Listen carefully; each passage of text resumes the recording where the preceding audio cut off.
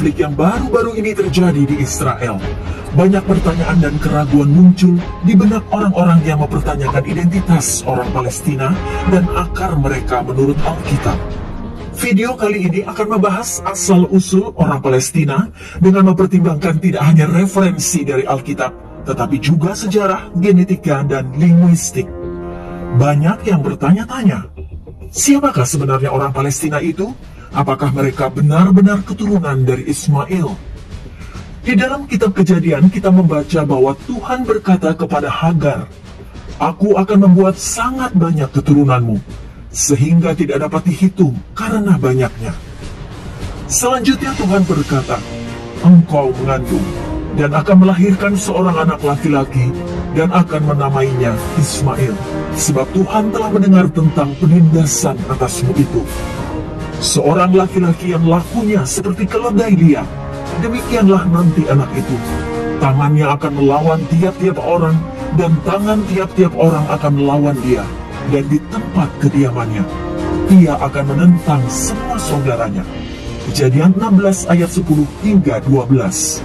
Saat ini banyak orang menggunakan ayat-ayat ini untuk menegaskan bahwa orang-orang Palestina saat ini adalah keturunan langsung dan murni dari Ismail, anak Abraham.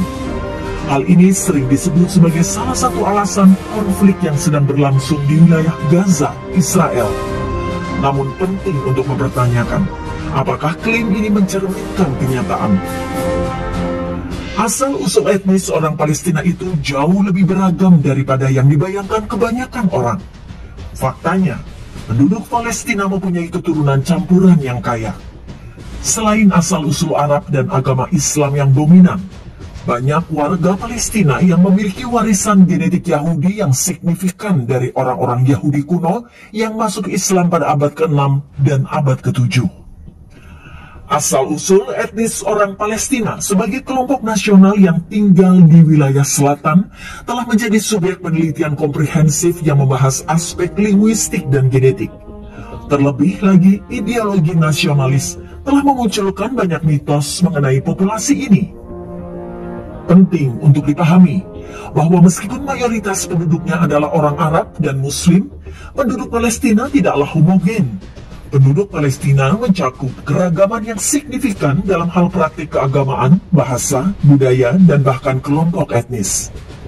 Sejarah demografi Palestina sangat kompleks dan dibentuk oleh peristiwa sejarah, migrasi, dan pengaruh dari berbagai kekuatan kekaisaran selama berabad-abad. Pemberontakan perang dan perkembangan keagamaan juga memainkan peran penting dalam evolusi demografis di kawasan yang mempengaruhi imigrasi. Imigrasi dan konversi dengan penaklukan Muslim di Levan pada abad ke-7 wilayah tersebut mulai mengalami proses Arabisasi dan Islamisasi yang diakibatkan oleh konversi lokal dan asimilasi dikombinasikan dengan kehadiran Muslim di wilayah tersebut. Faktor-faktor ini menyebutkan terbentuknya populasi Muslim Arab, meskipun jumlah mereka jauh lebih kecil dibandingkan populasi wilayah tersebut pada akhir zaman kuno dari abad pertengahan hingga awal ke abad 20. Populasi Muslim Arab ini menjadi kelompok agama utama di wilayah tersebut. Banyak penduduk pedesa Palestina dan keluarga terkemuka menelusuri asal-usul mereka kembali ke klan mereka yang dikenal sebagai Hamula. Klan ini terdiri dari suku-suku nomaden Arab dari Jazirah Arab yang menetap di wilayah tersebut sebelum atau sesudah penaklukan Islam. Sejumlah keluarga Palestina mempertahankan tradisi lisan yang mengingatkan kembali pada akar Yahudi dan Samaria mereka. Upaya berkelanjutan untuk membangun identitas nasional Palestina dan mengkonsolidasikan kesadaran nasional sebagai landasan utama identitas dibandingkan dengan identitas umum lainnya di kalangan warga Palestina, termasuk suku lokal dan identitas Islam, telah memainkan peran penting dalam sejarah internal Palestina ketika menelaah sejarah demografi kompleks Palestina. Terbukti bahwa hal ini dipengaruhi oleh berbagai peristiwa sejarah dan migrasi selama berabad-abad selama zaman perunggu. Wilayah tersebut terutama dihuni oleh orang Kanaan, orang yang berbahasa Fenisia. Pada awal zaman besi, orang Israel muncul sebagai kelompok etnis dan agama yang berbeda di wilayah tersebut. Tidak seperti bangsa Kanaan yang memiliki asal-usul Kanaan. Orang Israel atau orang Ibrani memiliki akar Semitik. Mereka mendirikan kerajaan Israel dan Yehuda. Selama periode ini, orang Israel hidup terutama di desa-desa kecil yang terbesar memiliki populasi hingga 300 atau 400 orang. Desa-desa mereka dibangun di puncak bukit dan rumah mereka dibangun dalam kelompok di sekitar halaman umum. Orang Israel membedakan diri dari tetangga mereka melalui larangan pernikahan campur, penekanan pada sejarah keluarga dan genealogi dan agama. Jatuhnya kerajaan-kerajaan ini ke tangan Asyur dan Babilonia mengakibatkan pengasihan paksa ke Babel. Wilayah tersebut kemudian dikuasai oleh Makedonia, lalu beralih ke tangan Selukia.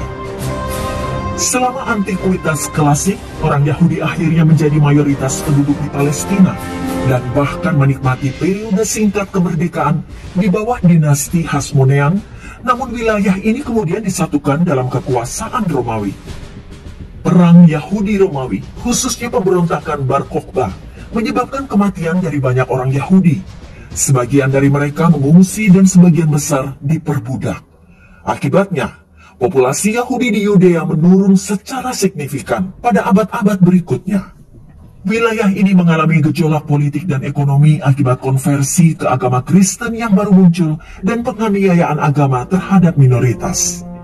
Mayoritas Kristen terbentuk di bawah pemerintahan Bizantium karena imigrasi Kristen dan kepergian orang Yahudi. Era ini juga ditandai dengan konflik seperti pemberontakan Samaria dan perpindahan penduduk lokal. Pada abad ke-7, orang-orang Arab yang telah menganut agama Islam menaklukkan Levan dan selama abad-abad berikutnya, berbagai dinasti Muslim berbahasa Arab seperti Kekhalifahan Umayyah, Abbasiyah, dan Fatimiyah memerintah wilayah tersebut. Populasi Palestina menurun secara signifikan selama berabad-abad, turun dari sekitar 1 juta jiwa selama periode Romawi dan Bizantium menjadi sekitar 300.000 pada awal periode Ottoman. Seiring berjalannya waktu, sebagian besar penduduk yang masuk Islam mengadopsi budaya Arab dan bahasa Arab. Dipercayai bahwa penjajahan Arab sebelum dan sesudah penaklukan Muslim mempercepat proses Islamisasi di wilayah tersebut.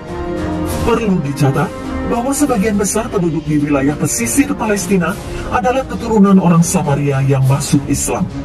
Orang Samaria adalah keturunan beberapa suku Israel dan juga Assyria, karena orang Assyria juga merupakan orang Semit. Tidak jelas apakah mereka berpindah ke agama Islam di Palestina terjadi sebelum atau sesudah masa Perang Salib. Beberapa ahli berpendapat bahwa penduduk Palestina mayoritas sudah beragama Islam ketika tentara salib tiba. Di sisi lain, terdapat argumen bahwa proses Islamisasi massal terjadi belakangan. Kemungkinan besar pada periode Mamluk. Periode Mamluk adalah masa dalam sejarah yang mengacu pada dominasi suatu dinasti dari para pemimpin militer yang dikenal sebagai Mamluk di berbagai wilayah di dunia Islam, terutama Mesir di Suriah. Mamluk awalnya adalah tentara budak yang menjadi penguasa negara Islam yang kuat selama abad ke-13 hingga ke-19. Terdapat periode Mamluk yang berbeda di berbagai belahan dunia Islam. Namun periode yang paling banyak terjadi adalah Mamluk yang terkenal dan bertahan lama adalah kerajaan Mamluk di Mesir pada abad ke-13.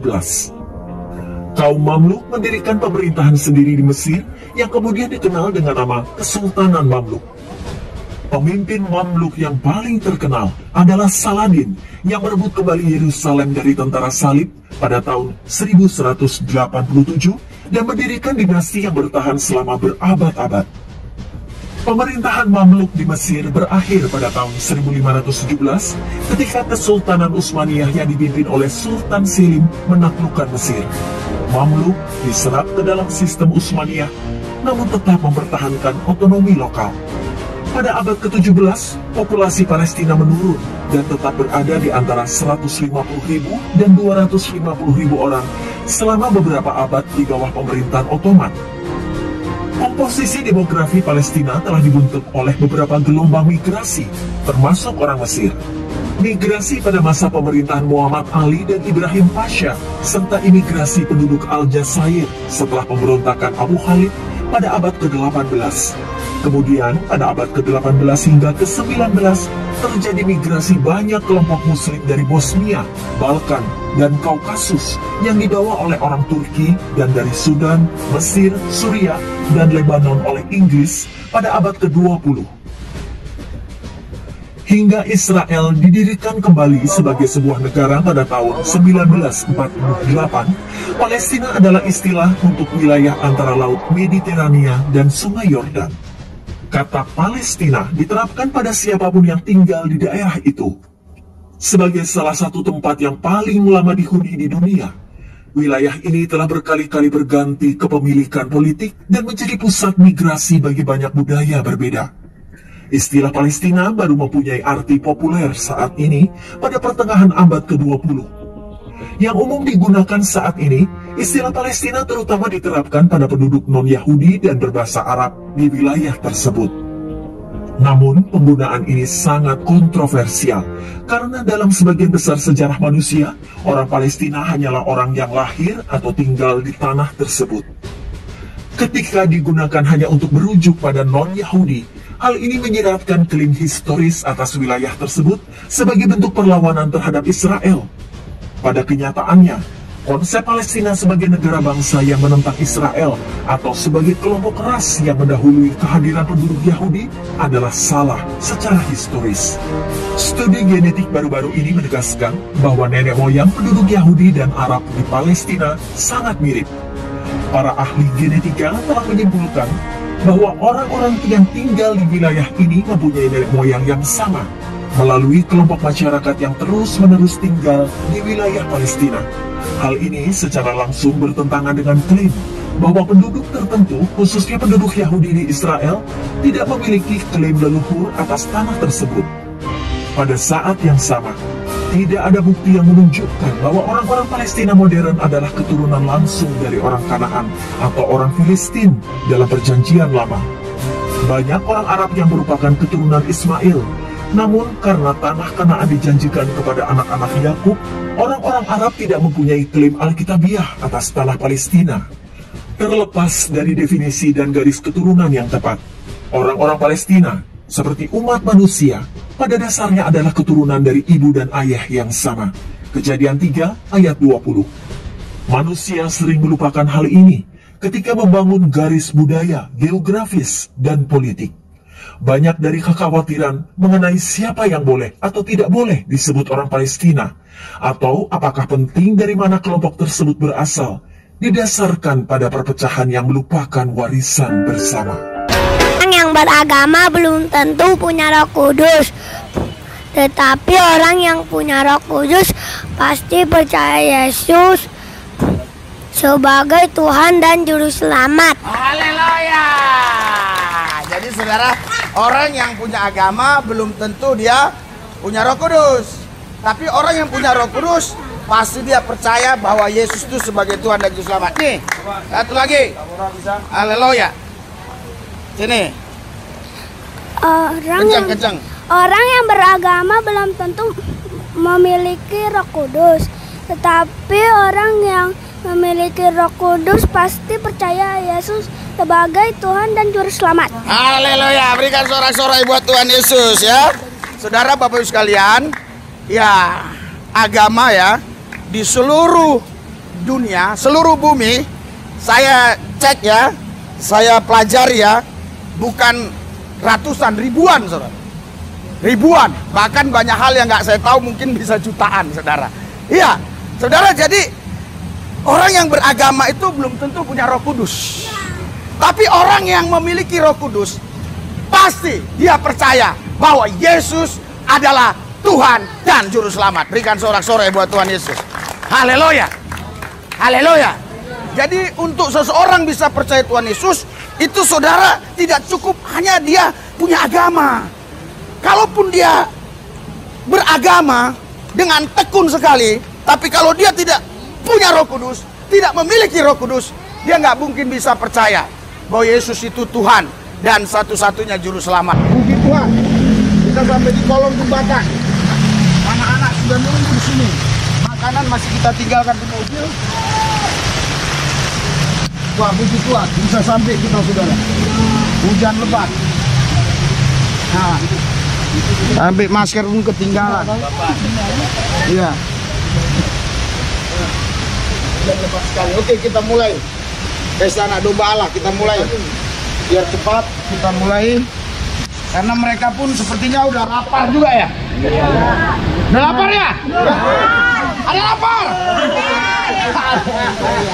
Tapi salam. Tetap semangat. Sehat. Coronavirus mati. Haleluya. Kisah ini ceritanya begini, saudara. Silas dan Paulus ini seorang pemberita Injil. Pemberita kabar baik. Dia menyampaikan keselamatan di dalam Yesus. Dia menyampaikan tidak ada lain lagi keselamatan di luar Yesus, hanya di dalam Yesus.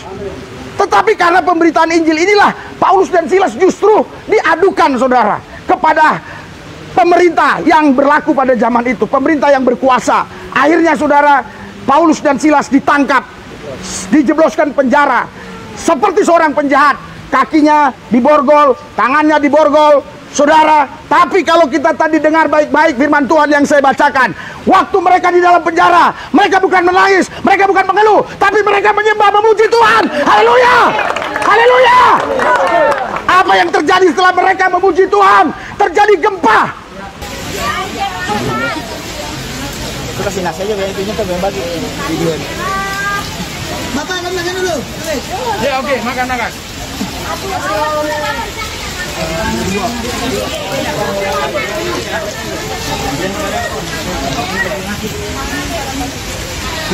Ya, jalannya, jalan.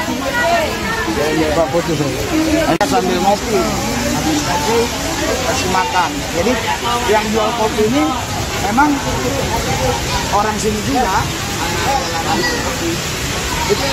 Nggak biasanya kita kasih begini karena memang harusnya biasa 100 orang yang hadir ini paling 40 apa berapa gitu lah ya sepertiganya. Jadi ya udah terus kopi aja. Tapi satu orang satu, kalau dua kita nggak bisa bayar. Iya, kita bayar, kita nggak bayar. Kita bayar, kita bayar.